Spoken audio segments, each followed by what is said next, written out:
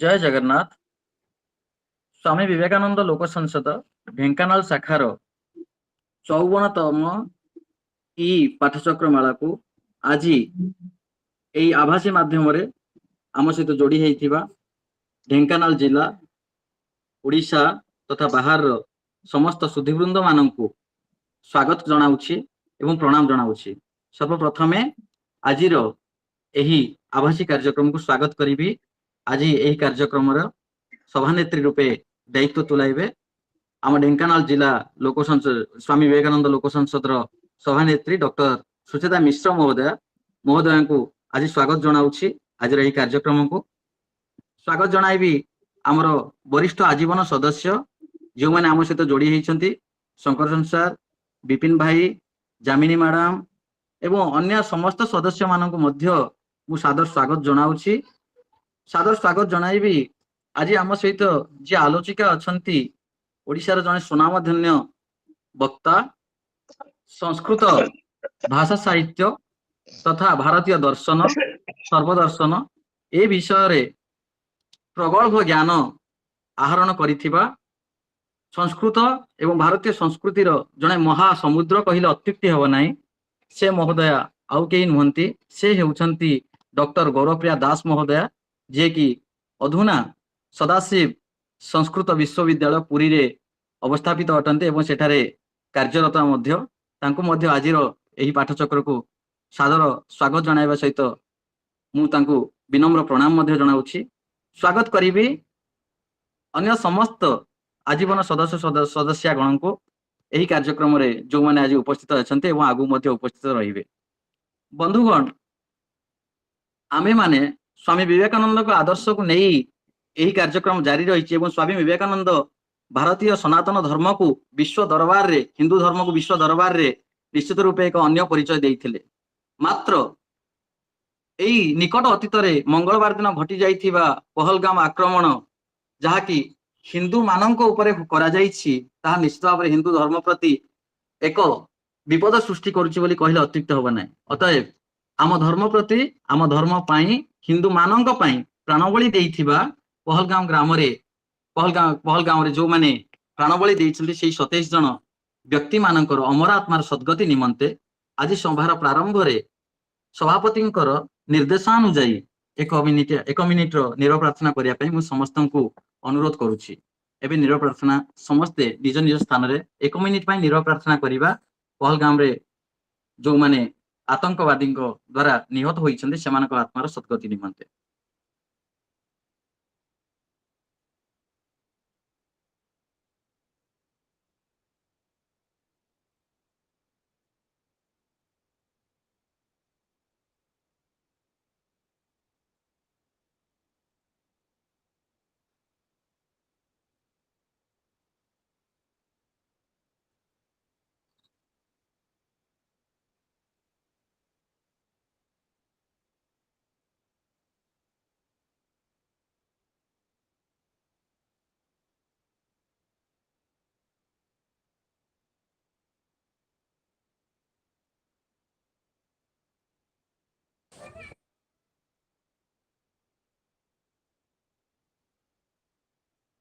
ସମସ୍ତଙ୍କୁ ଧନ୍ୟବାଦ। ଏବେ କାର୍ଯ୍ୟକ୍ରମକୁ ଆମେ ଆଗକୁ ନବା। କାର୍ଯ୍ୟକ୍ରମ ପ୍ରାରମ୍ଭିକ ପର୍ଯ୍ୟାୟରେ ଏବେ ମୁଁ ଅନୁରୋଧ କରିବି ତଥା ନିମନ୍ତ୍ରଣ କରିବି ସୁଶ୍ରୀ ହରପ୍ରିୟା ପତି ମ୍ୟାଡାମଙ୍କୁ। ସେ ଆଜି ବନ୍ଦନା ଗାନ କରିବା ପାଇଁ ମ୍ୟାଡାମଙ୍କୁ ନିମନ୍ତ୍ରଣ ଜଣାଉଛି। सर्वेभ्यो नमो नमः। कदाचित् कालिन्दी तटविपिना सङ्गीतकरवो मुदा भीरी नारी वदन कमला स्वाद मधुप रमा शम्भुर्ब्रह्मा सुरपति गणेशाच्युतपदो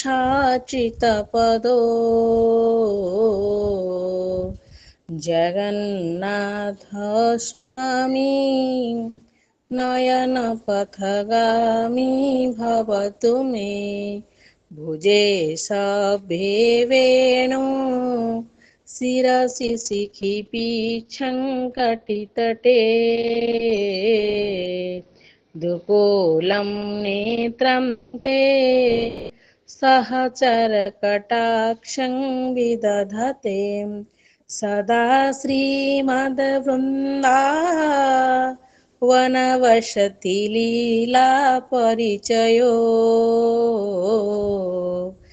जगन्नाथ स्वामी नयनपथगामी भवतु मे महाम्बोधे स्थिरे कनकरुचिरे नीलशिखरे वसन् प्रासादं त सहजबलभद्रेण बलिना सुभद्रामध्यस्थ सकलसुरसेवावसरदो जगन्नाथ स्वामी नयनपथगामी भवतु मे जगन्नाथ स्वामी नयनपथगामी भवतु मे जगन्नाथ स्वामी नयनपथगामी भवतु मे। महाप्रभु जगन्नाथ अष्टकम आमको पढ़ी शुणाउथिले श्री हरप्रियापति मैडम बहुत बहुत धन्यवाद मैडम। एथि सहित आम सहित जोड़ी होती आम राज्यर साधारण संपादक चित्त भाई जोड़ी होती सादर स्वागत करुछि आज कार्यक्रम एवं अन्य जो माने आम सहित जोड़ी समस्त को सादर निमंत्रण जनाऊछि स्वागत करुछि। एबे शिक्षयित्री जामिनी होता मैडम को अनुरोध करी से आज विवेक बाणी पाठ करने। जय जगन्नाथ। आज कार्यक्रम उपस्थित मोर गुरुजन मानक प्रणाम अन्य मानक मोर शुभेच्छा। आजिर विवेक बाणी जगतरे मार स्थान सबुठारु उच्चरे कारण मातृभाव ही सर्वोत्तम निस्वार्थपरता शिक्षा और तदनुसार कार्य करिवार अवसर मिले। भगवत प्रेम ही मार स्नेह अपेक्षा उच्चतर अन्य सबु भल पाइबा निम्नतर। मार कर्तव्य प्रथमे निज संतान मानक विषय चिंता करिबा तापरे निज विषय किंतु से कथा न करी जदि पितामाता प्रथमे निज कथा भावंती तेबे फल हुए जे पितामाता और संतान मानक मध्यरे संबंध पक्षी और तार शावक मानक संपर्क परि हुए। पक्षीर शावक मानकर डेणा उठिले सेमाने आउ पितामाता को चिन्हती नहीं। सेही मनुष्य ही वास्तविक धन्य जे कि नारी को भगवान को मातृभावर प्रतिमूर्ति रूपे देखे। सेही नारी मध्य धन्य जहांक दृष्टि रे पुरुष पितृभावर प्रतीक। सेही संतानगण धन्य जो माने निज पितामाता को भगवत सत्तार प्रकाश रूपे देखा समर्थ हुंती। स्वामी विवेकानंद। जय जगन्नाथ। धन्यवाद। अशेष धन्यवाद मैडम। माँ मान विषय रे एक सुंदर उक्ति निश्चित भाव में समस्त हृदय को स्पर्श कर आशा एवं आम हिंदू धर्म तथा आम समाज रे नारी मानकर माँ मानकर स्थान तो निश्चित भाव में उच्चरे एवं यह ही सदाबेल सदा सर्वदा रही था ताहा आमे आशा करिबा। पुनश्च धन्यवाद जनाउछि। एबे सभापति संक्षिप्त परिचय प्रदान करी। सभापति विषय आपण माने समस्ते जानी आज यही कार्यक्रम रे जी सभा नेत्री अच्छी से होचंती ढेंकानाल जिला स्वामी विवेकानंद लोक संसद सभापति डॉक्टर सुचेता मिश्र महोदया प्राक्तन संस्कृत विभाग प्राध्यापिका संस्कृत विभाग संस्कृत भाषा साहित्य वेद वेदांत गीता महाभारत रामायण ए सबुरे रुचि रखुथिबा तथा संस्कृति उपरे गवेषणा करुथिबा सारगर्भक वक्तव्य प्रदान करुथिबा जने व्यक्तित्व जे कि सदा सर्वदा रही थांती। एही माध्यम रे तांको आमे अनेक बार सुनिछे एवं सी ऑफलाइन माध्यम रे हो बा ऑनलाइन रो भाषण माध्यम रे हो आमे तांको सुनिछे। अत्यंत सुंदर कविता पाठ करती जने सुकंठी बहुत भल गीत गान कर पारती एवं तत्सहित वर्तमान पर्यंत आमर संगठन को जेबे ठारू से नेतृत्व नहीं संगठन को ठीक भाव में चले आसुचंती। एबे मैडम को मोर मातृ समा मोर माँ समान मोर मैडम तेणु तांको विषय आउ अधिक कहबिनी। अतएव सभापति महोदय को अनुरोध करी से आज प्रसंग उपस्थापन करने सहित आमर आज जो आलोचिका महोदय अच्छा विषय समस्त को जनाइबा हेबे। सभापति महोदय डॉक्टर सुजाता मिश्र महोदय। ओम श्री परमात्मने नमः।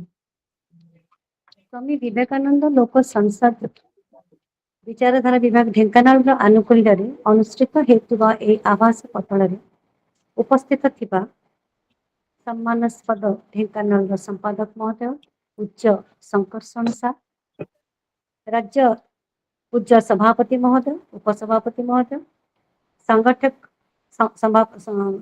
संपादक महोदय एवं एठारे उपस्थित थिबा अन्यान्य विद्वत जन तथा ये सभा को संयोजन कर मोर श्रद्धेय विजय बाबू जामिनी मैडम श्रद्धेय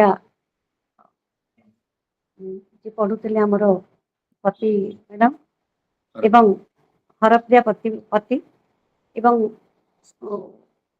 वर्तमान आपको धन्यवाद अर्पण करने निर्मला मैडम समस्त को मोर श्रद्धेय मैंने सश्रद्ध सविनीत प्रणाम निवेदन। आज प्रकरण अच्छी जहाँकि अपराह्न आह्वान भारतीय संस्कृति रे चारोटी आश्रम कथा उल्लेख अच्छी ब्रह्मचर्याश्रम गार्हस्थाश्रम वानप्रस्थाश्रम और संन्यास। प्रत्येक आश्रम रे प्रत्येक व्यक्ति उद्देश्य रे कर्तव्य मध्य स्थिरीकृत होइछि। श्रीमद् भगवत गीता स्वयं श्रीकृष्ण कहते नियतं कुरु कर्मत्वं कर्म चायो ह्यकर्मणः शरीर यात्रा च तेन प्रसिद्धेद कर्मणः। हे अर्जुन तुम शास्त्र विहित कर्म कर कारण कर्म न करिबा ठारू कर्म करिबा ही श्रेष्ठ। कर्म न कले शरीर निर्वाह मध्य सिद्ध होई पारिबो नाही। पुनश्च कहते ब्रह्मण्याधाय कर्माणि संगं त्यक्ता करोति जः लिप्यते न स पापेन पद्मपत्र मिमां भाषा। अर्थात परमेश्वर निकट में समर्पित भाव रखी समस्त शास्त्र मोदित कर्म को अनासक्त भाव जे करे से केबे हेले पापरे लिप्त हुए नाही जेपरिक पद्मपत्र को जल मध्य स्पर्श करे ना। एही परिप्रेक्षी ईशोपनिषद मध्य कहती कुर्बन एवेह कर्माणि जिजीविषत् शतं क्षमाः एवं त्वयि नान्यथेतोषि न कर्म लिप्यते नरे। ए जगतरे सबकिछि से परमेश्वरंकर बोली मन करी ईश्वर को स्मरण पूर्वक सबू उद्देश्य समर्पण करी त्याग पूर्वक शास्त्र विहित कर्म करी 100 वर्ष पर्यंत बंचिबार इच्छा पोषण कर। एहीपरि कर्म कले कर्म बंधन रे बांधी हेब नाही। एहा ही एकमात्र मार्ग कर्म बंधन रे मुक्त हेबा निमंते। वेदरे मध्य कहा जायछि विंदेम शरदशतम जीवेम शरदशतम पश्येम शरदशतम। एही सब कथार अभिप्राय हेला जे प्रकृति में मनुष्यर आयु 100 वर्ष बोली सबुठारे लिखा जाइए वेद कहतु उपनिषद कहतु श्रीमद् भगवत गीता कहतु। एवं तेणु प्रत्येक आश्रम निमंते 25 वर्ष पर्यंत लेखाएं स्थिर होइछि एवं जीवन में अपराह्न अर्थात वानप्रस्थ समय 50 वर्ष आरंभ 21 शतक आमे उपनीत। एही परिप्रेक्षी आम आगे समस्या अनेक संस्कृत को परंपरा को रक्षा करने को हेबो एवं परिस्थिति को आगे रखी कर्तव्य मध्य करने को हेबो। शास्त्रानुमोदित कर्म अनासक्त होई संपादन कले मनरे आसे अपूर्व शांति अफुरंत आनंद हृदय हुए आह्लादित आत्मा हुए तेज दीप्त। तेणु संस्कृति परंपरा को आधार करी अनुभूति अभिज्ञता को पाथेय करी अध्यात्म चिंतन रे रही अंतःकरण को शुद्ध करने सह नूतन युवपीढ़ी को तदनुसार अनुप्राणित करने आज अपराह्न आह्वान है। सौभाग्यर विषय यही अपराह्न आह्वान को नहीं आज ये प्रकरण को स्वकीय अभिभाषण रक्षा को आम सम्मुखें आभासी पटल उपस्थित अच्छा प्रोफेसर डॉक्टर गौरप्रिया दास महोदय। गौरप्रिया दास मैडम परम वैष्णवी वाग्देवी पदारविंद निश्चंद मकरंद आस्वादन रे जे प्रज्ञामयी श्रीमद् भागवतामृत पान करी से अमृतमयी श्रीमद् भगवत गीता माता आशीर्वाद जे स्वयं श्लोकमयी वेदोपनिषद मंत्र स्नान रे जे पूता पवित्र असामान्य पांडित्यर अधिकारिणी किंतु निरहंकार निष्कपट। यदि शिक्षा कथा कहवा संस्कृत रे स्नातकोत्तर सांख्य जग वेदांत तथा सर्व दर्शन रे आचार्य समाप्त करिछंती से ए सब विषय आचार्य मुख्यतः श्रीमद् भगवत गीता श्रीमद् भागवत महापुराण तथा भारतीय दर्शन आदि से विशेष ज्ञाता। अधुना केंद्रीय संस्कृत विश्वविद्यालय श्री सदाशिव परिसर पुरी रे सर्वदर्शन विभाग रे प्रोफेसर भाव अवस्थापिता। 70 ऊर्ध्व गवेषणात्मक संदर्भ तांकर प्रकाशित सांख्य सिद्धांत विमर्श योग तत्वालोक शक्ति स्वरूप विमर्शः योग दर्शनस्य व्यापकत्वम् इति प्रभृति अत्यंत उपादेय ग्रंथ गुड़िक प्रकाशित अछि। श्री सदाशिव परिसर पुरी नारी शक्ति पुरस्कार द्वारा से सम्मानिता, केंद्रीय संस्कृत विश्वविद्यालय नुआदिल्ली द्वारा विद्याभूषण पुरस्कार से विमंडित होइछन्ति। अतएव अनेक अनेक किछि पुरस्कार से विमंडित होइछन्ति एवं ये होउछन्ति आमर ओडिसार गर्व एवं गौरव। आसंतु ताहले एही परे जणे महिषी विदुषी महिला को मो आमंत्रण करूछि वर्तमान तांकर स्वकीय अभिभाषण रखिया। धन्यवाद देवी एइथे तांकु जेहेतु विभिन्न विपरीत प्रतिकूल परिस्थिति सत्वे से आजिर ए आभासी पटल रे योगदान करबा निमंते सम्मति प्रदान करिसंती, सेथिपई तंग अनेक अनेक धन्यवाद। आशीर्वा हुअन्तु मैडम आपनकर भाषण एठी उपस्थापन करबा निमंते। जय जगन्नाथ, जय जगन्नाथ, जय श्री राधे। स्वस्त्यस्तु विश्वस्य खल प्रसीदतां ध्यायन्तु भूतानि शिवं मिथो धिया मनश्च भद्रं भजता दधुख्यजे आवेश्यतां नो गतिरप्यहेतुकी आवेश्यतां नो गतिरप्यहेतुकी वन्दे नन्द व्रजस्त्रीणां पादरेणुमभिक्ष्णस यासां हरिकथोद्गीतं पुनाति भुवनत्रयं यासां हरिकथोद्गीतं पुनाति भुवनत्रयं।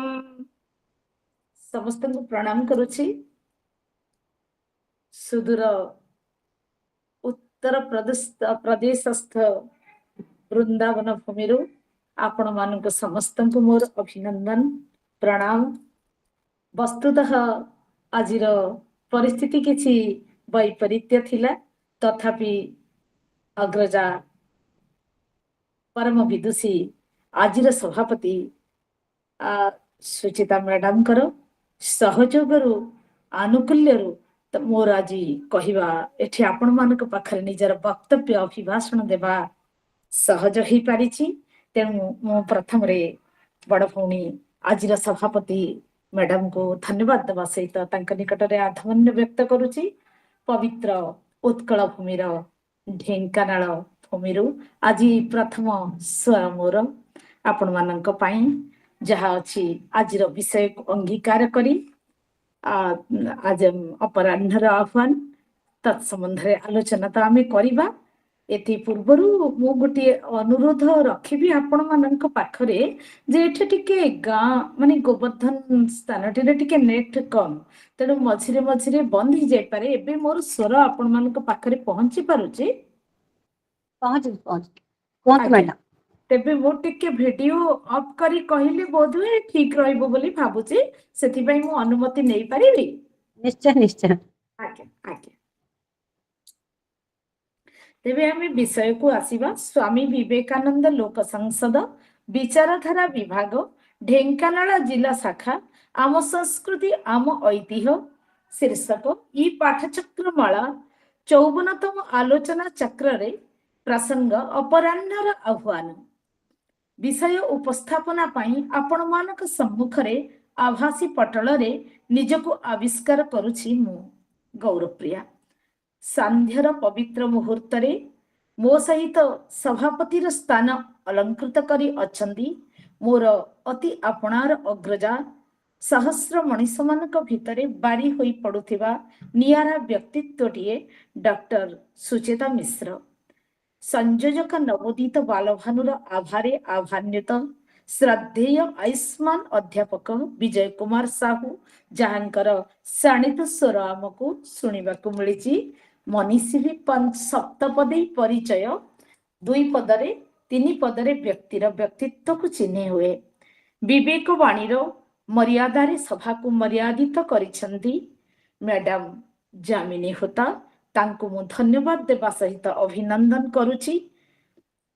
मंगलार्चनार स्वर तोलिछंती सुश्री हरप्रिया प्रति श्रद्धेया हरप्रिया मैडम को मोर शुभेच्छा एवं अभिनंदन। बिना कौनसी गौर चंद्रिकारे मु विषय प्रवेश करुछि।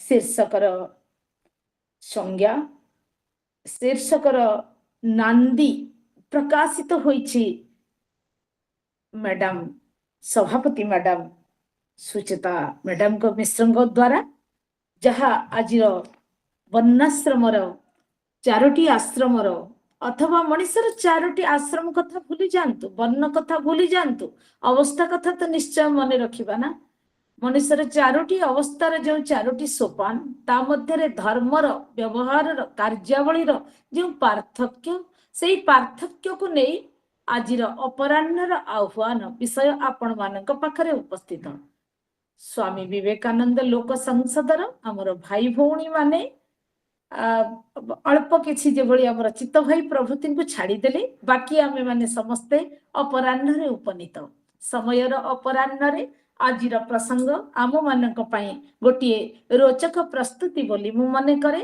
एथिपई मु आपण मानक पाखरे नहे मो निजर सुख पई निजर इच्छा को भावना को कार्यकारी करिबा पई आपण मानक पाखरे एई उपस्थापना रखिबा को चाहे जहा आम समस्तंक पई अपराह्नर आह्वान अटे आमर संस्कृति कहिले आमे कोन बुझू ना समुपसर्ग पूर्वक क्रुधातुरु संपरिभ्यं करतो भूषणे एई सूत्र रे सुट आगम हुए गोटी संस्कृत हबो तो संस्कृत वा संस्कृति सुट आगम हुए ता प्रत्यय हेले संस्कृत हुए तीन प्रत्यय हेले संस्कृति हुए जहार अर्थ हुए संस्कार संस्कृति ही संस्कार स्मारक द्योतक प्रकाशक और आधार आमरी संस्कृति को उद्देश्य करी वेदर मंत्र उच्चारित हुए सा प्रथमा संस्कृति विश्ववारा पृथ्वीर सबु संस्कृतिर आद्य स्यंदिनी आद्य निस्यंदिनी आद्य प्रकाशिका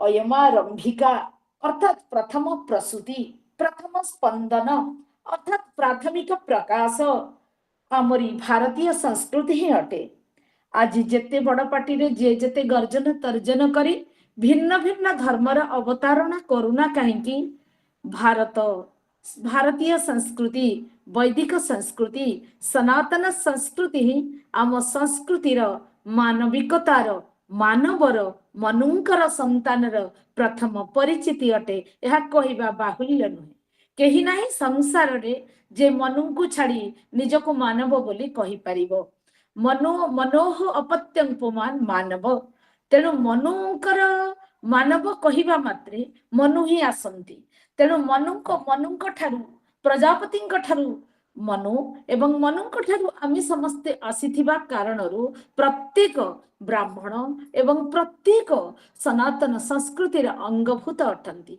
आज किए मानु कि न मानु जदि किए निजको मानव बोली न कहूची दानव बोली कहूबी दनुंकर संतान कहले मध्य से आमरी संस्कार आमरी संस्कृति सहित ओतप्रोत जड़ित जदि कहीं निजको मानव न कही अन्य किछि कहूची तबे ताकू किछि कहिबार नाही किंतु जदि मानव तबे आम समस्तंक भितरे से जणे एवं आमरी अंगभूत अटे एक कथा कहिबा केवल बाणीर विषय नुहे यह सत्य अटे आम संस्कृति व्यतिरेक किए आउ कहंता मातृदेव भव पितृदेव भव आचार्य देव भव अतिथि देव भव इत्यादि अमूल्य वाणी अमृत स्पंदन अमृतर शिक्षा किए दे पारंता जो संस्कृति रे माता देवतार स्थान अधिकार करंती जो संस्कृति रे पिता स्वर्गठु महियान अटंती जननी जन्मभूमि स्वर्गादपि गरीयसी स्वर्गठार मध्य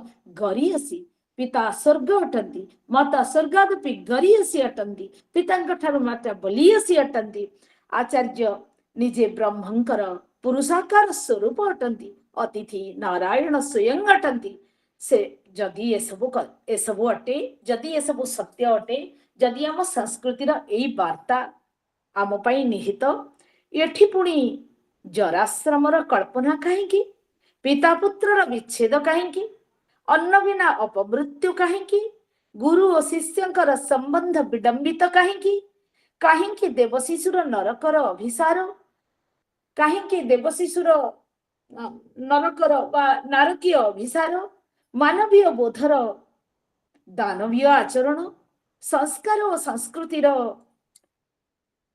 विपुल प्रहार सत्य और सौंदर्यर रूपांतर भीषण विभत्सता कहीं ଖାଲି କଣ ଏଥିପାଇଁ ଭୌତିକ ବିଜ୍ଞାନ ଦାୟୀ? ଖାଲି କଣ ଏଥିପାଇଁ ଯୁବଗୋଷ୍ଠୀ କାରଣ? କେବଳ କଣ ପ୍ରଚୁର ଆଧୁନିକତା ଛଡାଇ ନେଇଛି ଆମଠୁ ସାହଜିକ ସ୍ୱାଧୀନତା, ବିଞ୍ଚି ଦେଇଛି ଅମୀମାଂସିତ ଅବିଶ୍ୱାସ ଓ ପ୍ରତାରଣା ଆଉ କପଟର ହାଳାହଳ ବିଷ? ଆମର କଣ ଏଥିରେ କୌଣସି ପ୍ରୟୋଜକତା ନାହିଁ? ଆମେ କଣ ଏଥିପାଇଁ କାରଣ ନୁହେଁ?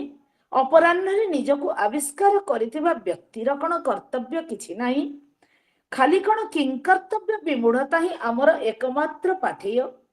ଆଜିର ପ୍ରକରଣ କହେ ଅପରାହ୍ନ ହିଁ ତିଆରି କରିବ ଆଉ ଗୋଟିଏ ପରଦିନର ପୂର୍ବାହ୍ନ। ଅପରାହ୍ନ ହିଁ ଛିନ୍ନ କରିବ କିଛି ପିଢ଼ି ଦେଇ ବହି ଆସୁଥିବା ଅସହ୍ୟ ଅସଭ୍ୟ ଶିକୁଳିକୁ। ଅପରାହ୍ନର ସ୍ୱର ହେବ କ୍ଳାନ୍ତିର ନୁହେଁ, ମୀମାଂସାର ହେବ। ମୀମାଂସାର ହେବ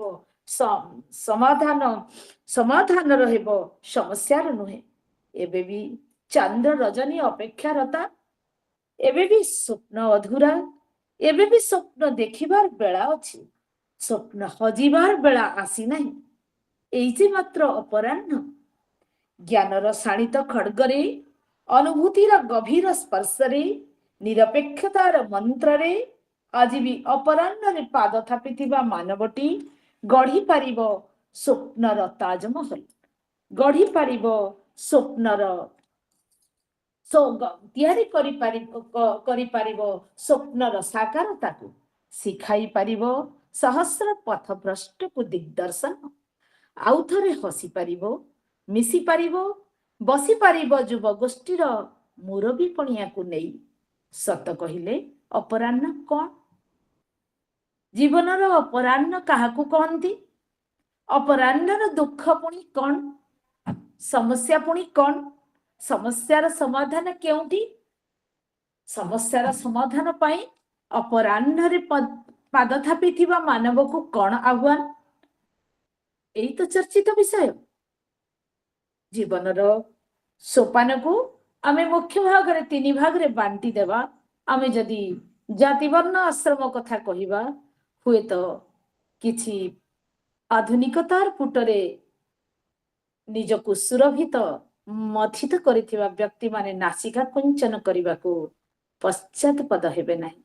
ସେଥିପାଇଁ ଆମେ ମାନବ ଜୀବନ ଧାରାକୁ 3ଟି ବିଭାଗରେ ବିଭାଗୀକୃତ କରୁଛେ, ଯାହା ପୂର୍ବାହ୍ନ, ମଧ୍ୟାହ୍ନ ଆଉ ଅପରାହ୍ନ ବୋଲି ବୁଝାଯାଉ।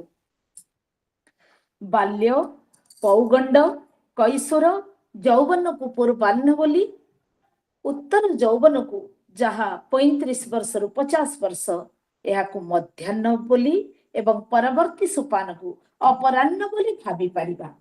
ଅପରାହ୍ନ ତ ଆମେ ପୁଂସାଂ ବର୍ଷ ଶତମ ଆୟୁ, ଆମେ 70 ବର୍ଷ ପରେ ଅପରାହ୍ନ ଭାବିଲେ ହୁଅନ୍ତା, ଯଦି ଆମେ ଅବଶ୍ୟ 100 ବର୍ଷ ପର୍ଯ୍ୟନ୍ତ ବଞ୍ଚିବାର ସ୍ୱପ୍ନ ଦେଖି ପାରିଥାନ୍ତେ। ଅନ୍ୟଥା ଆମେ 50 ବର୍ଷ ପରେ ହିଁ ଜୀବନକୁ ଅପରାହ୍ନ ରୂପରେ କଳ୍ପନା କରିବା, କ୍ଳାନ୍ତି ପାଇଁ ନୁହେଁ, କ୍ରାନ୍ତି ପାଇଁ। ପୂର୍ବାହ୍ନର 3ଟି ପୂର୍ବାହ୍ନର ଅର୍ଥାତ୍ ଯୌବନ ଯେଉଁଠୁ ଆସେ, ଯୁବକ ଯେଉଁଠୁ ଆମେ ପାଉ, ତାର 3ଟି ଶାଖା। ବାଲ୍ୟ, ପୌଗଣ୍ଡ, କୈଶୋରରେ ଦାରିଦ୍ର୍ୟର କଷାଘାତରେ, ହାଅନ୍ନର ଚିତ୍କାରରେ, ସମାଜର ଦୟନୀୟ ଲାଞ୍ଛନାରେ ଆତ୍ମପ୍ରକାଶ କରିବାକୁ ଥିବା ଯୌବନ ଉଦ୍ଭ୍ରାନ୍ତ ହୁଏ, ଯୁବକ ପଥଭ୍ରଷ୍ଟ ହୁଏ, ଲକ୍ଷ୍ୟଭ୍ରଷ୍ଟ ହୁଏ, ଦିଗ୍ଭ୍ରଷ୍ଟ ଉଲ୍କା ପରି ସର୍ବଗ୍ରାସୀ ନିଶା ଆଉ ନିଶାକର ମାନଙ୍କର କବଳରେ ପତିତ ହୋଇ ରାଷ୍ଟ୍ରଘାତୀ ସାଜେ, ଅବଶେଷରେ ଆତ୍ମଘାତୀ ମଧ୍ୟ ସାଜେ।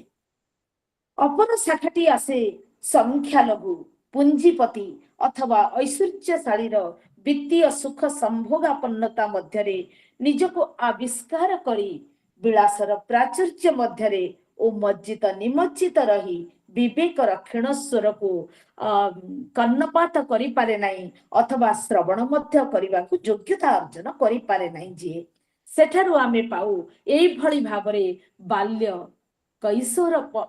ପୌଗଣ୍ଡ କୈଶୋର ଅତିପାତ କରିଥିବା ଯୁବକକୁ ଆମେ ପାଉ ରାଷ୍ଟ୍ର ପୁରୁଷ ଭାବେ। ଯେଉଁ ରାଷ୍ଟ୍ର ପୁରୁଷ ଜୀବନଟାକୁ କନ୍ଦୁକ କ୍ରୀଡ଼ା ମାତ୍ର ବୁଝି ଉଦ୍ଭ୍ରାନ୍ତ ଯୌବନରେ ଅବତୀର୍ଣ୍ଣ ହୋଇ ବିଳାସକୁ ବିକାଶର ଚିହ୍ନ ବୋଲି ମନେ କରି ଧରାକୁ ସାରା ଜ୍ଞାନ କରି ବିଡମ୍ବିତ ହୁଏ। ଆତ୍ମ ପ୍ରବଞ୍ଚନାରେ ସ୍ୱୀକାର ହୁଏ, ଆତ୍ମ ପ୍ରବଞ୍ଚନାରେ ବଶବର୍ତ୍ତୀ ହୁଏ। ତୃତୀୟ ଶାଖା ଆସେ ମଧ୍ୟବିତ୍ତ ପରିବାରର ସାକ୍ଷୀ ରୂପେ ଗ୍ରାସାଚ୍ଛାଦନ ମାତ୍ର ବୃତ୍ତିକ ହୋଇ ଯେଉଁ ପରିବାର ଯେ କି ଗ୍ରାମ, ଦେଶ, ରାଷ୍ଟ୍ର, ପରିବାର ଇତ୍ୟାଦିର କର୍ତ୍ତବ୍ୟକୁ ବିସ୍ମୃତ ହୋଇ ସ୍ୱାର୍ଥାନ୍ଧ ମଣିଷଟିଏ ସାଜି ସମାଜର କର୍କଟ ରୋଗ ରୂପେ ବିବେଚିତ ହୁଏ। ଏଇ ମଧ୍ୟବିତ୍ତ ଶ୍ରେଣୀର ବ୍ୟକ୍ତି ପିତାମାତାଙ୍କ ଠାରୁ ଶିକ୍ଷା ପାଇଥାଏ କାର୍ଯ୍ୟ ହାସଲ କରିବାର ପ୍ରଣାଳୀ, ଲୋଭକୁ ଆତ୍ମସାତ କରିବାର ବିଷୟ।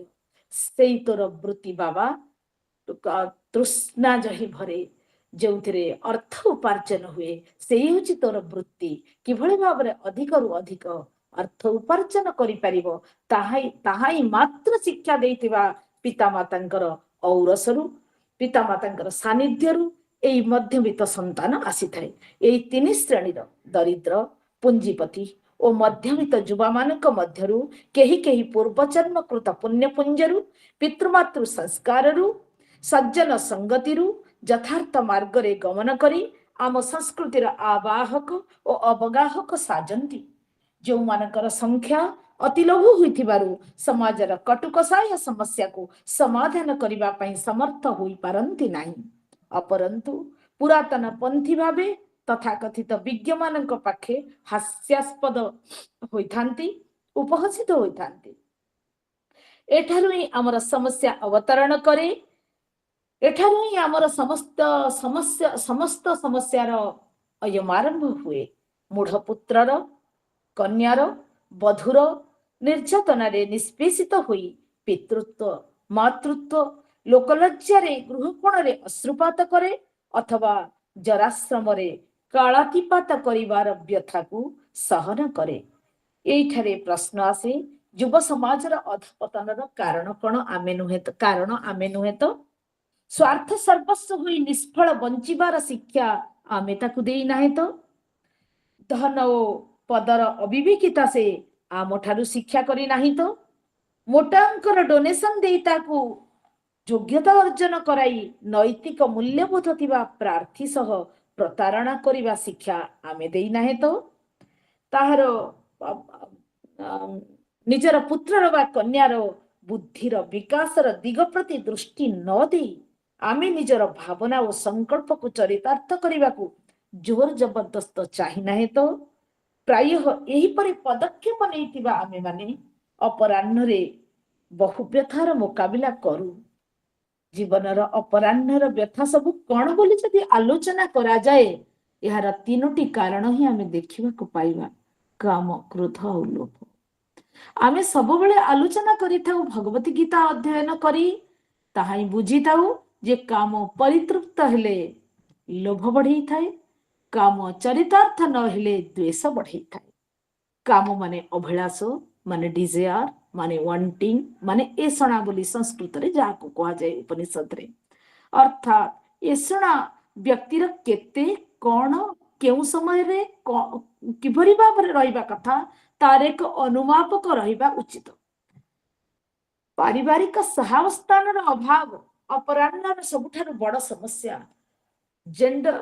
ଜେନେରେସନ ଗ୍ୟାପ ଦୃଷ୍ଟିରୁ ହେଉ, ଆମ ସହିତ ମନ ନ ମିଶୁଥିବା କାରଣରୁ ହେଉ, ପୁରାତନ ଭାବଧାରାରେ ସଂକ୍ରମିତ ହୋଇଥିବା କାରଣରୁ ହେଉ, ନିଜର ସମସ୍ୟାକୁ ଅନ୍ୟ ମୁଣ୍ଡରେ ଜବରଦସ୍ତି ମାଡିଦେବାର ଭାବ ଥିବା ଆମ ପାଖରେ ଥିବା ହେତୁରୁ ହେଉ, ଆମ ସାଙ୍ଗରେ ପରପିଢି ସହଯୋଗ କରେ ନାହିଁ। ସହଯୋଗ କରେ ନାହିଁର ଅର୍ଥ ସେ କେବଳ ସମ୍ପୂର୍ଣ୍ଣ ରୂପରେ ଦୋଷୀ ନୁହେଁ, ମୁଖ୍ୟ ଭାବରେ ଆମେ ହିଁ ଦୋଷୀ ହେଇଥାଉ। ଆମେ ସବୁବେଳେ ଆମ ସମୟର କଥା କହି ତାକୁ ବିଚଳିତ କରିବାକୁ ଚାହୁଁ, ତାକୁ ଉଦ୍ବେଳିତ କରିବାକୁ ଚାହୁଁ। ଆମ ସମୟର ଠିକଣା ପଦ୍ଧତି ଗୁଡିକ କିପରି ଥିଲା, ଆଜି କିଭଳି ସବୁ ବେଠିକଣା ହେଇଯାଇଛି, ଆମେ ତା ଉପରେ ସେଗୁଡିକର ଭାର ଜବରଦସ୍ତି ଦେଇଦେଉ।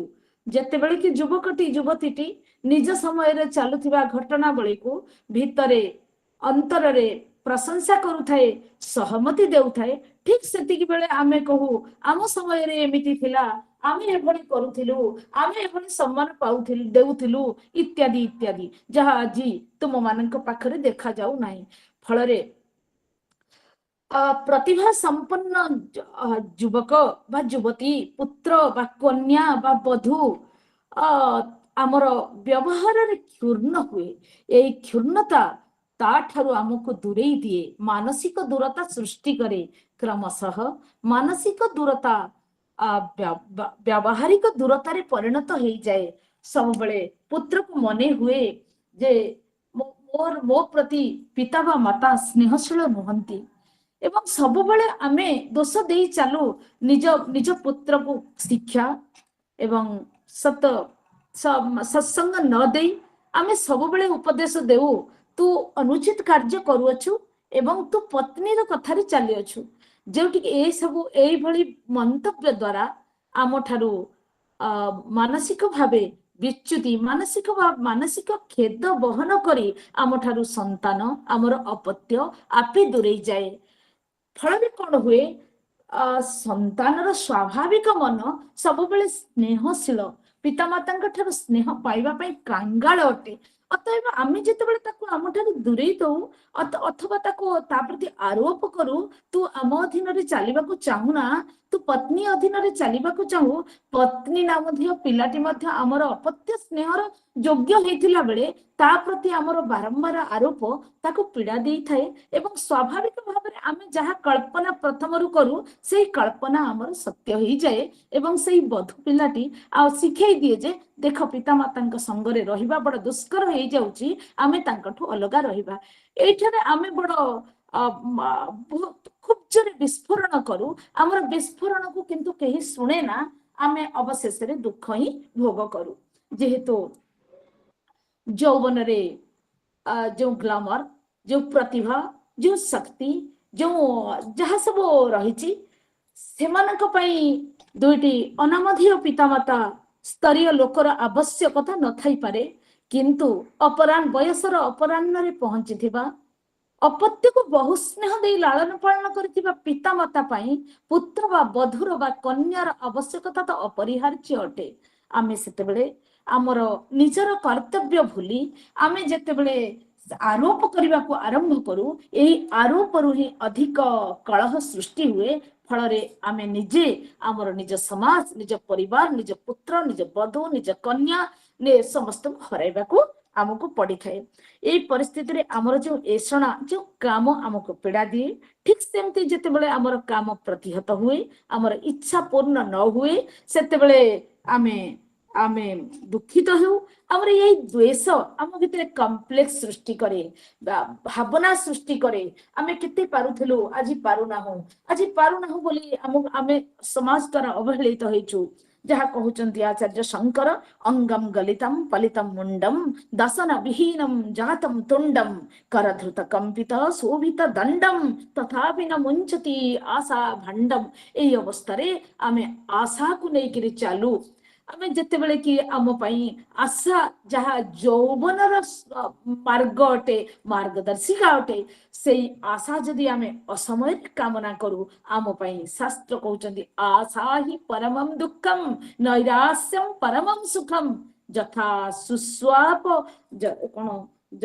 यथा संत्यज कांतासं सुखम सुस्वाप पिंगला नाम धेया व्यक्ति बधू नगर बधू एकदा पुरुष मान को अपेक्षा करी रात्रि जापन करदेला रात्रि टी सोई पारला नहीं संपूर्ण रात्रि उनिद्र हैला जेतबेले राति पाही आसिला सेतेबेले जना पड़ला माने सठ पुरुष माने तो अंधकार रात्रि अंधकार मध्य आसी थांती नगर बधू मान पाखु तेणु जेतबेले रात्रि शेष हो आसिला आउ तो कहीं आसबे नहीं भावी आशा त्याग करी नैराश्य अर्जन करी नैराश्य सुख देला एवं शीघ्र जाई निद्रा गला आशा ही परमम दुःखम नैराश्यम परमम सुखम यथा संत्यज कांतासं सुखम सुस्वाप पिंगला नाम धिया नगर बधू जेबले आशा को त्याग कला परे सुखरे सोइला अवधूत महाराज तांकटु शिक्षा कले बयसर अपराह्न रे आउ आशा करिबा उचित नाही सेही भली भाबरे ଯେତେବେଳେ ବ୍ୟକ୍ତି ଯଦି ତାର ଆଶା ପୂରଣ ହେଇଯାଏ ତାହେଲେ ସେ ମନେ କରେ ମୋର ପୁତ୍ରର ଲାଭ ହେଉଥାଉ ଅନ୍ୟର ନ ହେଉ, ମୋର ଘରର ଅଭିବୃଦ୍ଧି ହେଉ ଅନ୍ୟର ନ ହେଉ ଇତ୍ୟାଦି। ଆଶା ପୂର୍ଣ୍ଣ ହେଲେ ଲୋଭ ଏବଂ ଆଶା ପୂର୍ଣ୍ଣ ନହେଲେ ଦ୍ୱେଷ। ଏଇ କାମ କ୍ରୋଧ ଲୋଭ ଦେଇ ଯୋଉ ଗତି କରେ ଏ ତିନିଟା ଯାକ ତାର ବଡ ଶତ୍ରୁ ହେଇ ବସେ ବୟସର ଜୀବନର ଅପୟସର ଅପରାହ୍ନରେ। ଭଗବାନ ଭଗବତ ଗୀତାରେ ସ୍ପଷ୍ଟ ଭାବେ କହିଛନ୍ତି ଅଶୋଚ୍ୟାନନ୍ନ ଶୋଚସ୍ତଂ ପ୍ରଜ୍ଞାବାଦାଂଶଭାସେ ଗତାସୁ ନ ଗତାସୁ ନାନୁ ଶୋଚନ୍ତି ପଣ୍ଡିତା। ଯେଉଁ କଥା ଚିନ୍ତା କରିବାର କଥା ନୁହେଁ ତମେ ସେଇ କଥା ଚିନ୍ତା କରୁଛ, ଯାହା ଚିନ୍ତା କରିବାର କଥା ତାହା ତମେ କରୁନାହ। ନିଜର ଯାହା ସ୍ୱଧର୍ମେ ନିଧନମ ଶ୍ରେୟ ପରଧର୍ମ ଭୟାବ ବୟସର ଅପରାହ୍ନରେ କିଛି ନିଜର ଧର୍ମ ଅଛି, ଯାହା ଯେଉଁ ଧର୍ମ ଆମେ ଆଗରେ ଆଲୋଚନା କରୁଛେ। ଶୀଘ୍ର ଆମେ ଯିବା, ସମୟ ଆମକୁ ଅପେକ୍ଷା କରୁନାହିଁ। ତେଣୁକରି ଆମେ ଯାହା ଚିନ୍ତା ନ କରିବା କଥା ତାହା କରୁଛି, ଯାହା ନିଜର ଧର୍ମ ତାହା ନ କରି ଅନ୍ୟର ଧର୍ମକୁ ଆଶ୍ରୟ କରୁଛି। ଏଣୁ ବୟସର ଅପରାହ୍ନରେ ବ୍ୟକ୍ତି ପୀଡିତ ହେଉଛି। ତାହେଲେ ତାକୁ ଭାବନାତ୍ମକ ଭାବରେ ନିଜ ସହିତ ସମାଧାନ କରିବାକୁ ପଡିବ। କଣ ଭାବନା ରଖିବ? ଯେମିତି ଜାତସ୍ୟ ହି ଧ୍ରୁବ ମୃତ୍ୟୁ ଧ୍ରୁବଂ ଜନ୍ମ ମୃତସ୍ୟ ଚ ତସ୍ମାତ୍ ଅପରିହାର୍ଯ୍ୟତେ ନତୁଂ ଶୋଚିତୁମର୍ହସି। ଯାହା ଭଗବତ ବାଣୀ କହିଲେ, ଭଗବାନ ଯେଉଁ ବାଣୀ କହିଲେ ଅର୍ଜୁନକୁ, ଜନ୍ମ ହେଇଥିବା ବ୍ୟକ୍ତିର ମୃତ୍ୟୁ ନିଶ୍ଚୟ ଏବଂ ମୃତ ବ୍ୟକ୍ତିର ଜନ୍ମ ନିଶ୍ଚୟ। ଜନ୍ମ ମରଣ ଚକ୍ରରେ ଅନବରତ ବ୍ୟକ୍ତି ପଡିଥାଏ। ଏଣୁକରି ଜନ୍ମ ହେବା ଯେମିତି ଗୋଟେ ବିଚିତ୍ର ବା ଆଶ୍ଚର୍ଯ୍ୟ କଥା ନୁହେଁ, ମୃତ୍ୟୁ ମଧ୍ୟ ସେମିତି ବିଚିତ୍ର ବା ଆଶ୍ଚର୍ଯ୍ୟ କଥା ନୁହେଁ। ଏବଂ ପ୍ରତ୍ୟେକର ଜୀବନରେ ଏହା ଆସେ, ଗୋଟେ ଦିନ ଆସେ ଏବଂ ନିଶ୍ଚିତ ରୂପରେ ଆସେ। ଏଇ ସତ୍ୟକୁ ବୁଝି ସାରିଲା ପରେ ଅନୁଦିନ ସେଇ ସତ୍ୟକୁ ବୁଝି ସାରିଲା ପରେ ଆଉ ବ୍ୟକ୍ତି ତଥାଭୂତ ଭାବରେ ବ୍ୟତିବ୍ୟସ୍ତ ହେବ ନାହିଁ। ଯେ ଦେହିନୋସ୍ମିନ୍ ଯଥା ଦେହେ କୌମାରಂ ଯୌବନಂ ଜରା ତଥା ଦେହାନ୍ତର ପ୍ରାପ୍ତି ଧୀରସ୍ତତ୍ର ନ ମୁହ୍ୟତି। ଯେଭଳି ଗୋଟିଏ ବସ୍ତୁର ଯେଭଳି ନବପୁରାଣତା ଅବସ୍ଥା ଆସିଥାଏ, ସେଇଭଳି ଦେହର ପରିବର୍ତ୍ତନ ତ ହୁଏ ନାହିଁ। ଦେହର ଯୋଉ ପରିବର୍ତ୍ତନ ହୁଏ କଣ ସବୁ ନା କୌମାର ଯୌବନ ଜରା ଇତ୍ୟାଦି ଏକ ଏକ ପରିବର୍ତ୍ତନ। ଯେଭଳି ଅନିଶ୍ଚିତ ଭାବରେ ଜନ୍ମ ଆସିଥିଲା, ସେତେବେଳେ କଣ ବ୍ୟକ୍ତି ଚାହିଁଥିଲା ମୁଁ ଜନ୍ମ ହେବି? ଅନିଶ୍ଚିତ ଭାବରେ ଯେମିତି କୈଶୋର ଆସିଥିଲା, ଚାହିଁନଥିଲେ ବି ଯେମିତି ଯୌବନ ପହଞ୍ଚିଥିଲା, ନ ଚାହିଁଥିଲେ ବି ସେମିତି ଜରା ପହଞ୍ଚିଛି, ନ ଚାହିଁଥିଲେ ବି ସେମିତି ମୃତ୍ୟୁ ପହଞ୍ଚିବ। ଏହା ଏକ ସ୍ୱାଭାବିକ ପ୍ରକ୍ରିୟା ଅଟେ। ତେଣୁକରି କାର୍ଯ୍ୟ କଣ ନା ଅଜରା ମରାବତ ପ୍ରାଜ୍ଞ ବିଦ୍ୟାମ ଅର୍ଥମ ଚ ଚିନ୍ତୟତେ। ହେ ପ୍ରାଜ୍ଞ, ଅଜର ଆଉ ଅମର ଭଳି ଅର୍ଥକୁ ଆବାହନ କର ଏବଂ ଗୃହୀତ ଏବ କେଶେଷୁ ମୃତ୍ୟୁନା ଧର୍ମ ଆଚରିତ। ମୃତ୍ୟୁ ଆସି କେଶକୁ ସ୍ପର୍ଶ କଲାଣି ଭାବି ଧର୍ମ ଆଚରଣ କରିବା ଉଚିତ। ଉପର ବାକ୍ୟଟି କଣ ହେଲା? ଅଜରା ମରାବତ, ଅଜର ଅମର ଭଳି, ହେ ପ୍ରାଜ୍ଞ ଅଜର ଅମର ଭଳି ବିଦ୍ୟା ଆଉ ଅର୍ଥକୁ ସଂଗ୍ରହ କର। ବିଦ୍ୟା ତ ବୁଝି ହେଇଗଲା, ଠିକ ଅଛି। ଯେହେତୁ ବିଦ୍ୟାର ସଂସ୍କାର କେତେବେଳେ ହେଲେ ନଷ୍ଟ ହୁଏ ନାହିଁ, ପର ଜନ୍ମରେ ମଧ୍ୟ ଅନୁସୃତ ହୋଇଥାଏ, ତାକୁ ଆମେ ଅନୁସରଣ କରିବା ସ୍ୱାଭାବିକ ଅଟେ। କିନ୍ତୁ କାହିଁକି ଅର୍ଥକୁ ପୁଣି ଅଜର ଅମର ଭଳି ସଂଗ୍ରହ କରାଯିବ? ଏଇଠି ଆମର ସମସ୍ତଙ୍କର ପ୍ରାୟ ଗୋଟିଏ ଭ୍ରାନ୍ତି ହେଇଥାଏ। ଅର୍ଥ ମାନେ ପ୍ରୟୋଜନ, ଉଦ୍ଦେଶ୍ୟ, ଲକ୍ଷ୍ୟ, ଭିଜନ ମିଶନ ବୋଲି ଯାହାକୁ କହନ୍ତି, ଯାହା ଜୀବନର ଲକ୍ଷ୍ୟ। ସେଇ ଅର୍ଥକୁ ପୂରଣ କରିବା ବେଳେ ବ୍ୟକ୍ତି ନିଜକୁ ଅଜର ଅମର ଭଳି ଭାବିବା ଉଚିତ ଏବଂ କେଶ ମୃତ୍ୟୁ ଦ୍ୱାରା କେଶ ସ୍ପର୍ଶ ହେଲାଣି ବୋଲି ଭାବି ଧର୍ମ ଆଚରଣ କରିବା ଉଚିତ। ଏହା ହେଉଛି ଅପରାହ୍ନରେ ପହଞ୍ଚିଥିବା ବ୍ୟକ୍ତି ପାଇଁ ଗୋଟିଏ ବଡ ଭାବନାତ୍ମକ ସମାଧାନ। କଣ ଧର୍ମ? କଣ ସହସ୍ର ଦୀପାର୍ଚନ? କଣ ଲକ୍ଷ ବିଲ୍ୱପତ୍ର ଦାନ? କଣ ସହସ୍ର ଧାର ପୟସ୍ନାନ ଦେବତାଙ୍କର? ଏସବୁ କଣ? ହଁ, ଏସବୁ ତ ଧର୍ମର ଆଙ୍ଗିକ ବିଭାଗ ହୋଇପାରେ, ଅଙ୍ଗୀ ହେଇପାରିବ ନାହିଁ। ଅଙ୍ଗୀ ଧର୍ମ କଣ ବୋଲି ଶ୍ରୀମଦ ଭାଗବତରେ ନାଗପତ୍ନୀ ମାନେ ଶ୍ରୀକୃଷ୍ଣଙ୍କୁ କହୁଛନ୍ତି, ହେ ଭଗବାନ, କାଳିୟ କଣ ତପସ୍ୟା କରିଥିଲେ ଯାହାଙ୍କର ବ୍ରହ୍ମ ବିରଞ୍ଚି ଶିବ ବିରଞ୍ଚି ସେବିତ ଚରଣ କମଳ ମସ୍ତକରେ ଦାନ କଲେ ଆପଣ। ଯେଉଁ ଚରଣ କମଳରୁ ଗଙ୍ଗା ନିଃସୃତ, ଯେଉଁ ଚରଣ କମଳକୁ ମହାଦେବ ଦେବଦେବ ମହାଦେବ ଏବଂ ସୃଷ୍ଟିର କର୍ତ୍ତା ବ୍ରହ୍ମା ନିରନ୍ତର କାମନା କରୁଛନ୍ତି, ଅକାମିତ ଭାବରେ ନ ଚାହିଁକିରି ମଧ୍ୟ ସେଇ ଚରଣ କମଳ କାଳିଆ ଅର୍ପଣାରେ ମସ୍ତକରେ ଦାନ କରି ଆପଣ ଯୋଉ ନୃତ୍ୟ ପ୍ରଦର୍ଶନ କଲେ, କାଳିଆ ପୂର୍ବ ଜନ୍ମରେ କଣ ପୁଣ୍ୟ କରିଥିଲେ, କଣ ଧର୍ମ କରିଥିଲେ ବୋଲି ଉତ୍ପ୍ରେକ୍ଷା କରୁଛନ୍ତି। ନାଗପତ୍ନୀ ଗଣ କହୁଛନ୍ତି, ତପସ୍ସୁ ତପ୍ତଂ କିମନେନ ପୂର୍ବଂ ନିରସ୍ତମାନେନ ଚ ମାନଦେନ धर्मोत्थवा सर्वजनानुकंपया यतो भवान् तुष्यति सर्वजीव तपस्सु तप्तं किमनेन पूर्वम। ये जो व्यक्ति ये कौन पूर्व धर्म करथिले तपस्सु तप्तं किम अनेन पूर्वम अनेन किम को धर्म पूर्व अनुसंधान करथिले को तपस्चरण करथिले तपस्सु तप्तं किमनेन पूर्वम। भाभी भाभी कहउचंती सबुठारु बड़ धर्म हैला निरस्त मान होई मानद। मानद माने मानव ददाति मानद, जे अन्य को सम्मान दिए, जे अन्य को केवल सम्मान दिए नहीं, निरस्त मान मान पूर्वक निजर कौनसी अहंकार नहीं, निरभिमान पूर्वक निरस्त मान होइकरी जे अन्य को मान दिए अर्थात निजर अपमान हेले मध्य ताको सामान्य परिगणना करे नहीं, सामान्य व्यक्ति को मध्य अत्यधिक मान दी जे सम्मान दिए। तपस्सु तप्तं किमनेन पूर्वं निरस्तमानेन च मानदेन। एटा गोटे बड़ धर्म अटे। अर्थात अपराह्न उपनीत होइथिबा व्यक्ति पई एई बड़ धर्मटी सबुठारु बड़ धर्म अटे। गृहीत एव केसेषु मृत्युना धर्ममाचरे। केउ धर्म आचरण करिवो केस मृत्यु आसी केस को धारण करथिला बेले निरस्त मान होई मान ददबो। मु केबे ऑफिसर थिली, मु केबे बहुत किछि करिथिली, मु केबे घर बाड़ी जगह जमी सब करिथिली, मु केबे पुत्र पौत्र इत्यादि को बढ़ई कि बहुत बड़ करी स्टैंड करिथिली।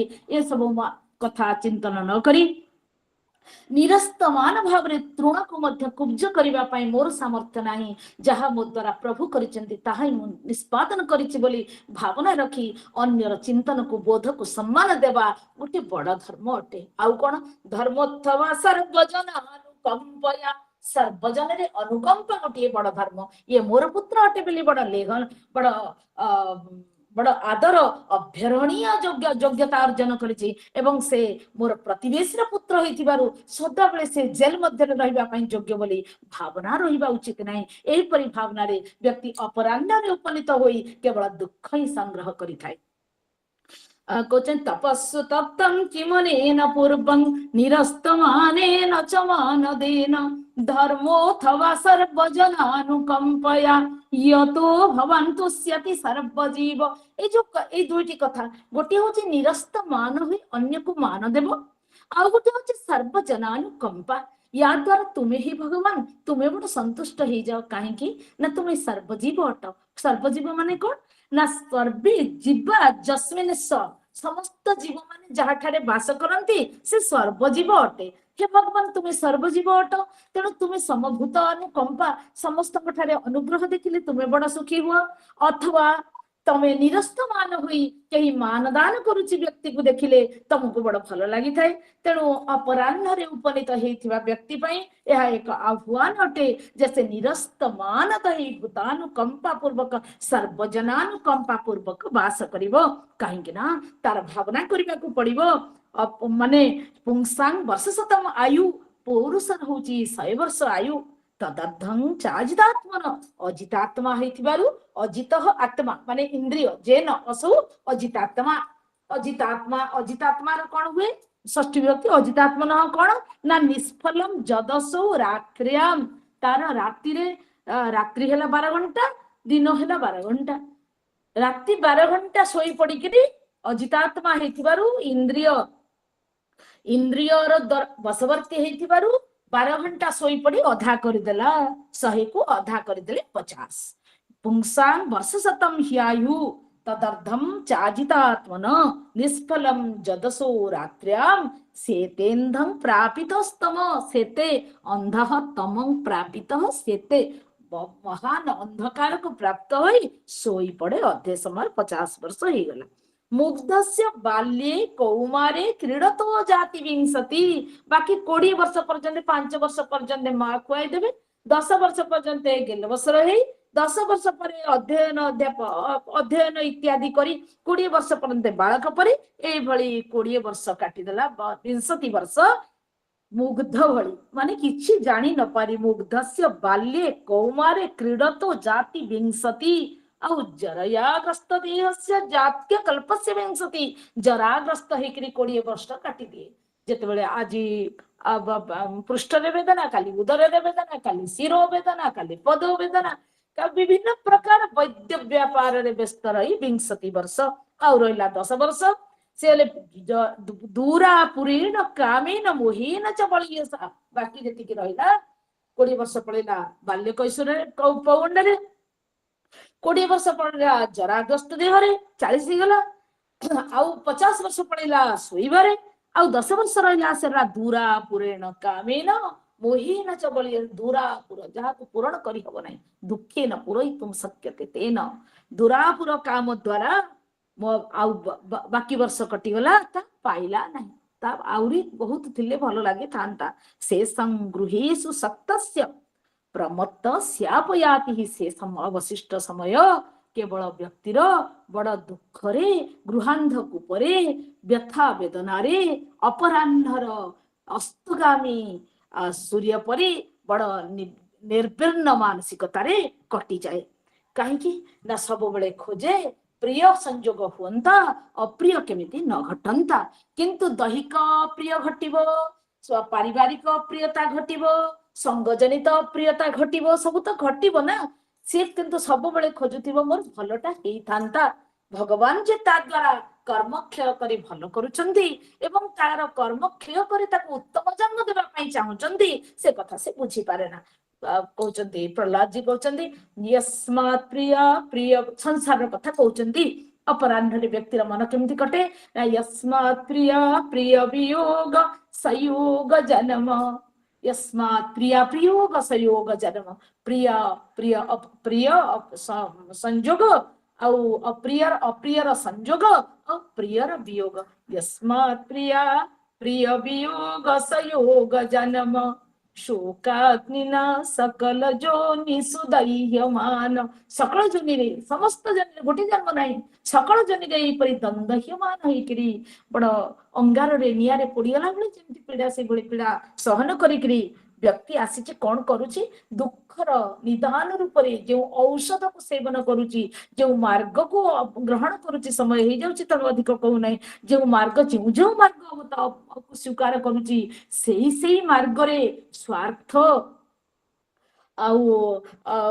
स्वार्थ केन्द्रिकता निज प्रिय भावना थिबा हेतु ताकू सुख दे पारु नहीं सेथिरे राष्ट्र सेवा नहीं सेथिरे अन्यर पीड़ा हरणर भावना नहीं सेथिरे देश दशर भावना नहीं सेथिरे समर्पण भगवान के पाखरे समर्पणर भावना नहीं एणु करी मु सुखी रहिबी भावना रे केही केबे सुखी हेई पारे नाही यस्मात् प्रिय प्रिय वियोग संयोग जन्म शोकाग्निना सकल जोनि सुदह्यमान दुःखौषधम तदपि दुःखम दुःखौषधम तदपि दुःखम अतद्धिया कहीं ना जेहेतु मु बा जीव अतद्धि अटे अतथ्या भूमन प्रमामी बदमे तवदास्य योगम भूमन हे भूमा हे पुरुष हे प्रभु भूमन बद मते कुह वदमे तवदास्य योगम कदा अहं प्राप्नुयाम तवदास्य योगम केतेबेले मु तबर तुमर दास्य जोग को प्राप्त हेबी मते कुह ए भली भाव रे तार समय अतिबाहित हुए तुम कहले आयुर हरति वै पुंसा सेथिरे कोन हुए तार आयु ही नष्ट हुए उद्यान अस्तम च जन असौ उदय आउ अस्त हेकरी सूर्य आउ चंद्र ताकू बुझे दियंती तोर आयु हमें हरण कलु को आयु को तस्यर्ते जत क्षणम नीतम तांको पई अन्य पई अन्यर उपकार पई भगवान का पई जे आयु बेईकृत हेची ताकू छाड़ी करी अन्य समस्त आयु काल भक्षित बोली बुझा जाऊ तस्य ऋते जत क्षणम नितम उत्तम श्लोक वार्तया उत्तम श्लोकंकर वार्ता द्वारा भगवान नारायणकर तदीय भक्त मानकर वार्ता द्वारा जो क्षण नित हेची गृहीत हेची सेही क्षण को छाड़ी दे बाकी काल को अन्य काल को सूर्य एवं चंद्र उदय एवं अस्त हे हरण करी नियंती एणु करी अपराह्नर प्रकृष्टतम आह्वान हैला कौन करा जीवो ना सत्संग करिवो सहावस्थान रे घरे रहिबो समय थिले आउरी हमें आलोचना करितांते सत्संग सहावस्थान समर्पण सत्कार्य और सद्ग्रंथ अध्ययन सत्संग एथिपाई करिब जे सत्संगति कथय किम न करोति पुंसाम पुरुषर सत्संगति सबु समय रे दुख को अपनोदन करे। आज जेपरि आमे आभासी पटल रे हेउ पछे एकाठी हेई हमर अपराह्नर आह्वान प्रकरण रे सुनु अछे से मध्य रे आमे जे माने अपराह्न रे उपनीत होइछे तांक भितरु माने गोटिए बिंदु मध्य जदि आम हृदय रे पसि जाए ताहले मध्य हमर अनेक समस्या समाधान होई जाई पारिबो। कहउचंते वृत्रासुर मरण पूर्वरु ममोत्तम श्लोक जनेषु सख्यम पर जन्म रे मु जेतले जन्म हेबी उत्तम श्लोक भल लोक मानकर संग मो संगे हो नहले जदि दुर्जन संग हुए ताले मोर समस्त संस्कार को नष्ट कर देवा पाई अत्यल्प समय लागिवो। ममोत्तम श्लोक जनेषु सख्यम संसार चक्रे भ्रमत स्वकर्मभि त्वन्माय आत्मात्मजदार गेहे श्वासक्त चित्तस्य नराथ भूयात्। श्वासक्त जे आत्मा आत्मज गृह द्वार रे आसक्त पुरुषता सहित मोर संग न हेउ।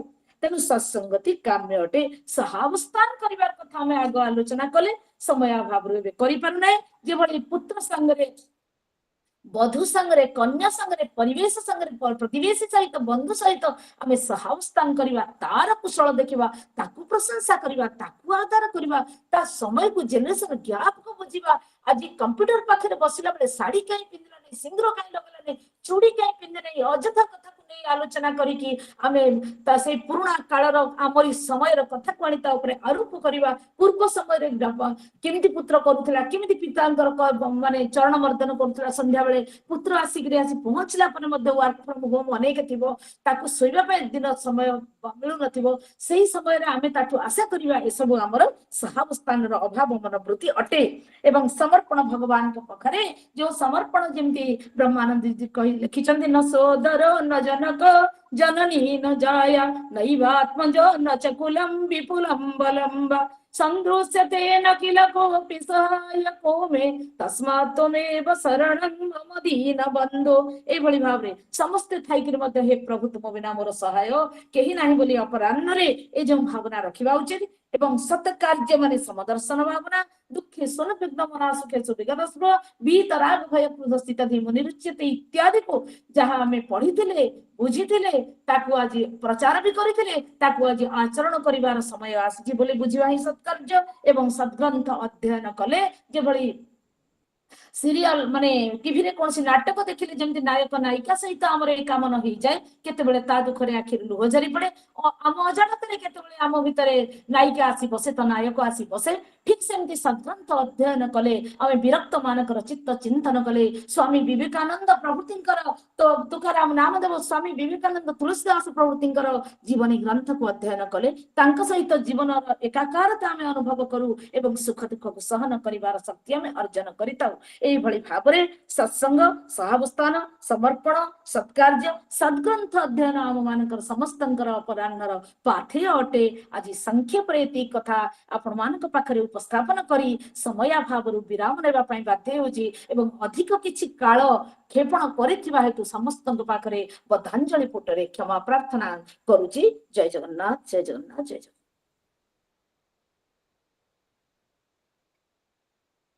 विजय आरंभ करंतु। आज्ञा मैडम। हाँ। डॉक्टर गौरवप्रिया दास महोदया तांकर बीणाजिणा कंठ माध्यम रे बुद्धिदीप्त प्राज्ञ जो अभिव्यक्ति रखिचंती अपराह्नर आह्वान संपर्क रे ताहा आम समस्त को निश्चित भाव अभिभूत करिछि। आमे समस्ते दीर्घ 45 मिनिट हम बांधी होई रहिथिलु केही कोनसी आडे अलगा मन न देई पूरा सुनी पारुथिलु एवं मु जहा भाबुथिली मैडम जो भली भाव में गौरवप्रिया मैडम को इंट्रोडक्शन देइथिले जहा जहा कहिथिले तांको एही 45 मिनिट माध्यम रे सुनी सारला परे निश्चित भाव में मैडम को समस्त उक्ति सत्य थिला एवं मो मन रे अन्य एक आशा मध्य जागृत होईछि जे मैडम को आमे पुनश्च कोनसी एक प्लेटफॉर्म रे ऑनलाइन माध्यम रे नुहे ऑफलाइन माध्यम रे सुनिबा को मोर आशा। अतः आज अभिव्यक्ति पाई मु मैडम को अशेष अशेष धन्यवाद ज्ञापन करुच्ची हृदय निभृत प्रदेश कृतज्ञता ज्ञापन करुच्ची। एबे समस्त को अनुरोध करी जे जदि कहार किछि प्रश्न रही थाए आमे प्रश्नोत्तर माध्यम रे मैडम को ठार जानि नबा जदि कहार किछि प्रश्न रही थाए और समय नहीं आगु चलंतु प्रश्न पछरी कहि समय ठीक ସମସ୍ତ ଅଛି ସମୟର ଅଭାବରୁ ଆମେ ପ୍ରଶ୍ନୋତ୍ତର କାର୍ଯ୍ୟକ୍ରମକୁ ଟିକେ ସ୍ଥଗିତ ରଖିବା। ଏବେ ସଭାପତି ମହୋଦୟଙ୍କୁ ଅନୁରୋଧ କରିବି ସେ ଆଜିର ସମସ୍ତଙ୍କୁ ନମସ୍କାର। ପ୍ରଶ୍ନ କିଛି ନାହିଁ। ମ୍ୟାଡାମଙ୍କର ଏଇ ଯୋଉ ପଏଣ୍ଟ ଇଣ୍ଟ୍ରୋସ୍ପେକ୍ଟିଭ ଆନାଲିସିସ୍ ପାଇଁ ତାଙ୍କୁ ଅଶେଷ ଅଶେଷ ଧନ୍ୟବାଦ। ଏବଂ କେବଳ ଗୋଟିଏ କଥା କହିବାକୁ ଯାଉଛି ଯେ ଏଇ ଯୋଉ ପୂର୍ବାହ୍ନର ପ୍ରସ୍ତୁତି ଉପରେ ମଧ୍ୟାହ୍ନ ଓ ଅପରାହ୍ନ ନିର୍ଭର କରେ। ତେଣୁ ସେ ପୂର୍ବାହ୍ନର ପ୍ରସ୍ତୁତି ପାଇଁ କି କଣ ବିଭାଗ ସବୁ ରହିଛି ତାରି ଉପରେ ଟିକେ ଆଲୋକପାତ ଯଦି କରିଦିଅନ୍ତେ ଅଳ୍ପ ସମୟ ଭିତରେ ବହୁତ ଭଲ ହୁଅନ୍ତା।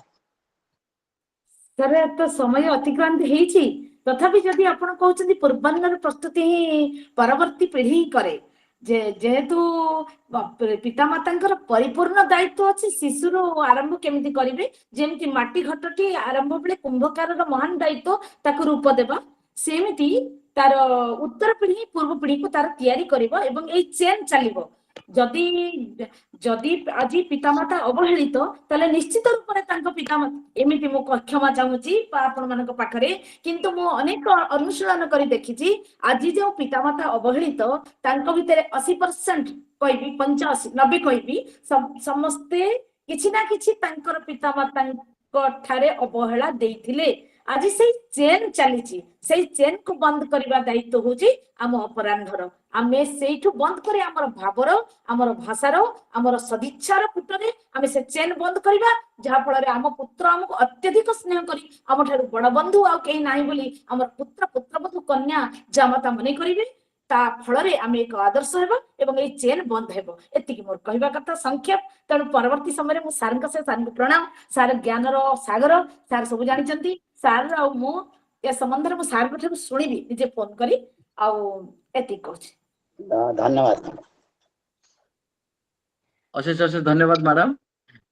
ଏବେ ସଭାପତି ମହୋଦୟଙ୍କୁ ଅନୁରୋଧ କରିବି ସେ ଆଜି ଏହି ଆଲୋଚନାର ସାରାଂଶ ପ୍ରଦାନ କରିବେ।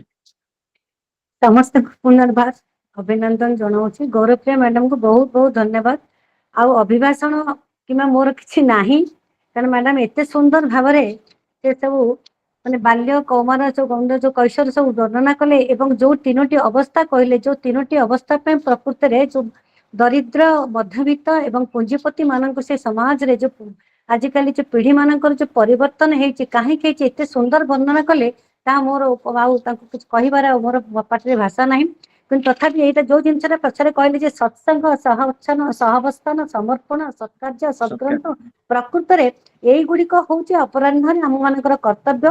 ଏବଂ ସତ୍ସଙ୍ଗଟା ହଉଛି ସବୁଠୁ ବେଶୀ କାମ କରେ, ଯୋଉଥିପାଇଁ କୁହାଯାଇଛି କ୍ଷଣମପି ସଜ୍ଜନ ସଙ୍ଗତି ରେଖା ଭବତି ଭବାର୍ଣ୍ଣବ ତରଣେ ନୌକା। ସଜ୍ଜନ ମାନଙ୍କର ସଙ୍ଗ ସବୁବେଳେ ହିଁ ଆବଶ୍ୟକ। କାହିଁକି ନା ସାଧୁନାଂ ଦର୍ଶନଂ ପୁଣ୍ୟଂ ତୀର୍ଥ ଭୂତା ହିଁ ସାଧବ କାଳେନ ଫଳତି ତୀର୍ଥଂ ସତ୍ୟ ସାଧୁ ସମାଗମ। ଅର୍ଥାତ୍ ଯଦି ସାଧୁ ମାନଙ୍କ ସହିତ କିଛି କ୍ଷଣ ଆମେ କଟେଇ ପାରିବା, ସେମାନଙ୍କୁ ସଦୁପଦେଶ ଗ୍ରହଣ କରିବା, ତାହେଲେ ନିଶ୍ଚିତ ଭାବରେ ସେଇଟା ଗୋଟେ ଜୀବନରେ ଆମର ମୋଡ ହେଇପାରେ, ଜୀବନରେ ବହୁତ ବଡ ପରିବର୍ତ୍ତନ ହେଇପାରେ। ଏବଂ ସହାବସ୍ଥାନ ତ ନିହାତି ଆବଶ୍ୟକ। ସମର୍ପଣ ଭାବ ନେଇ କାମ କରିବା ଏବଂ ସତ୍କାର୍ଯ୍ୟରେ ଲିପ୍ତ ରହିବା ଏବଂ ସଦ୍ଗ୍ରନ୍ଥ ପଠନରେ ମଧ୍ୟ ସମାନ ଭାବରେ ଆମକୁ ଫଳ ମିଳେ, ସତ୍ସଙ୍ଗର ଫଳ ମିଳେ। ଅତଏବ ଏଇଟାକୁ ଯଦି ଆମେ ସମସ୍ତେ ଅପରାହ୍ନରେ ଏମିତି ସମୟ ବିତେଇବା ଏବଂ ନିଜର ପୂର୍ବର ସ୍ଥିତିକୁ, ସଂସ୍କୃତିକୁ, ପରମ୍ପରାକୁ ନ ଦୋହରେଇକିରି ଯଦି ସମାନ ଭାବରେ ଉପସ୍ଥିତ ବୁଦ୍ଧିକୁ, ବିବେକକୁ ପ୍ରୟୋଗ କରିକିରି ଆମର ଏଇ ଯୁବପିଢି ମାନଙ୍କୁ ସେଥିରେ ପରିଚାଳିତ କରିବା, ସ୍ନେହର ସ୍ପର୍ଶ ଦେଇକିରି, ପ୍ରେମର ସ୍ପର୍ଶ ଦେଇକିରି, ମୁଁ ଭାବୁଛି ନିଶ୍ଚିତ ଭାବରେ ଆମ ସମାଜ ଏକଦମ ସୁନ୍ଦର ସମାଜ ହବ ଏବଂ ପିଲାମାନେ ଆମର ପଥଭ୍ରଷ୍ଟ, ଦିଗ୍ଭ୍ରଷ୍ଟ ହେଇକିରି, ନିଶାଗ୍ରସ୍ତ ହେଇକିରି ରାଷ୍ଟ୍ରଦ୍ରୋହୀ ହେବେନି କିମ୍ବା ଆତ୍ମଘାତୀ ହେବେ ନାହିଁ। ଆଉ ଅଧିକ କିଛି କହିବାକୁ ଚାହୁଁନାହିଁ। ଗୌରପ୍ରିୟା ମ୍ୟାଡାମକୁ ଅନେକ ଅନେକ ଧନ୍ୟବାଦ। ତାଙ୍କର ସେଇ ମାନେ ଭାବ ଗର୍ଭିତ ଏବଂ ତତ୍ତ୍ୱ ଭିତ୍ତିକ ଏବଂ ଯୋଉଟା କି ଅତ୍ୟନ୍ତ ଭାବରେ ମାର୍ମିକ ଅଭିବ୍ୟକ୍ତି ସେ ପ୍ରଦାନ କରିଛନ୍ତି ଏବଂ ନିଶ୍ଚିତ ଭାବରେ ବିଜୟ ବାବୁଙ୍କ ଭାଷାରେ ଆମେ ତାଙ୍କୁ ଆଉ ଥରେ ଶୁଣିବାକୁ ନିଶ୍ଚିତ ଭାବରେ ଚାହିଁବୁ। ବହୁତ ବହୁତ ସମସ୍ତଙ୍କୁ ଧନ୍ୟବାଦ। ଅଶେଷ ଅଶେଷ କୃତଜ୍ଞତା ଜ୍ଞାପନ କରୁଛି ମ୍ୟାଡାମ। ଆପଣ ଅପରାହ୍ନର ସମସ୍ୟା ତତ୍ ସହିତ ସମାଧାନ ଉପରେ ପୁନଶ୍ଚ ରେଖାପାତ କରିଛନ୍ତି ଏବଂ ଆମ ସମସ୍ତଙ୍କୁ ମଧ୍ୟ ଅଭିଭୂତ କରିଛନ୍ତି। ସେଥିପାଇଁ ପୁନଶ୍ଚ ଆପଣଙ୍କୁ ଧନ୍ୟବାଦ ଜ୍ଞାପନ କରୁଛି। ଏବେ ଏହି ସଭାର ଉପସ୍ଥିତ ସମସ୍ତଙ୍କୁ ପୁନଶ୍ଚ ଥରେ ଧନ୍ୟବାଦ ଜ୍ଞାପନ କରିବା ପାଇଁ ମୁଁ ନିମନ୍ତ୍ରଣ କରିବି ନିର୍ମଳା ମହାପାତ୍ର ମ୍ୟାଡାମକୁ। ସେ ଆଜି ଧନ୍ୟବାଦ ଅର୍ପଣ କରିବା ହେବେ। ନିର୍ମଳା ମହାପାତ୍ର ମ୍ୟାଡାମ ଆସିବା କୁହନ୍ତୁ। ଅନମ୍ୟୁଟ କରନ୍ତୁ ମ୍ୟାଡାମ, ଅନମ୍ୟୁଟ କରନ୍ତୁ। ସମସ୍ତଙ୍କୁ ପ୍ରଣାମ।